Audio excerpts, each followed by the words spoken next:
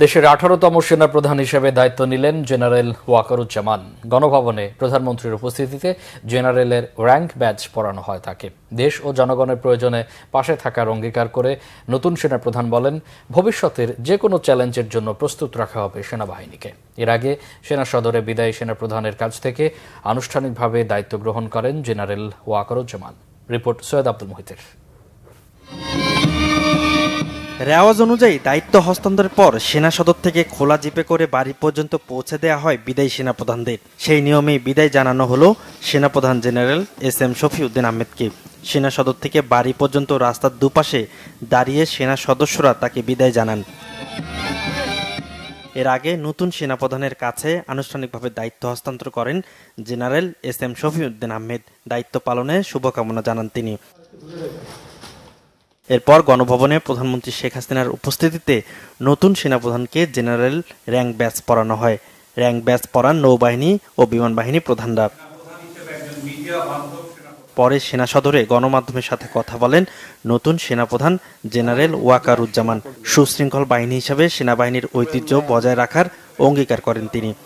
সেনাপ্রধান হিসাবে আমার প্রধান দায়িত্ব হচ্ছে সেনাবাহিনীকে সবসময় যুদ্ধের জন্য প্রস্তুত রাখা, বিভিন্ন ভবিষ্যৎ চ্যালেঞ্জের জন্য প্রস্তুত রাখা।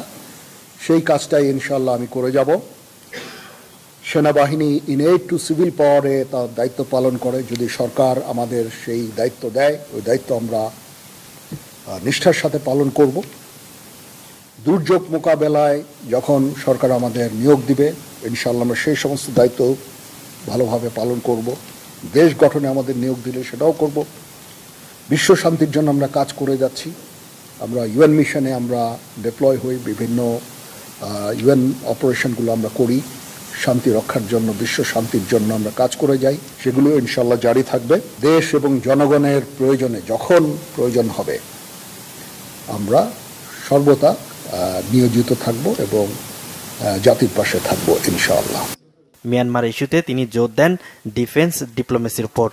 তারা কোনো ধরনের অ্যাগ্রেসিভ কোনো কিছু করবে আমি বেসিক্যালি আমি মনে করি না। তারপরেও আমাদের সেনাবাহিনী সব সময় এই প্রস্তুত আছে।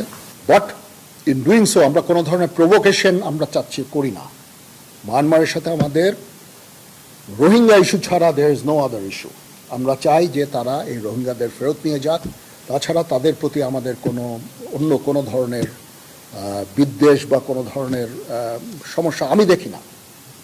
So we are engaged with them.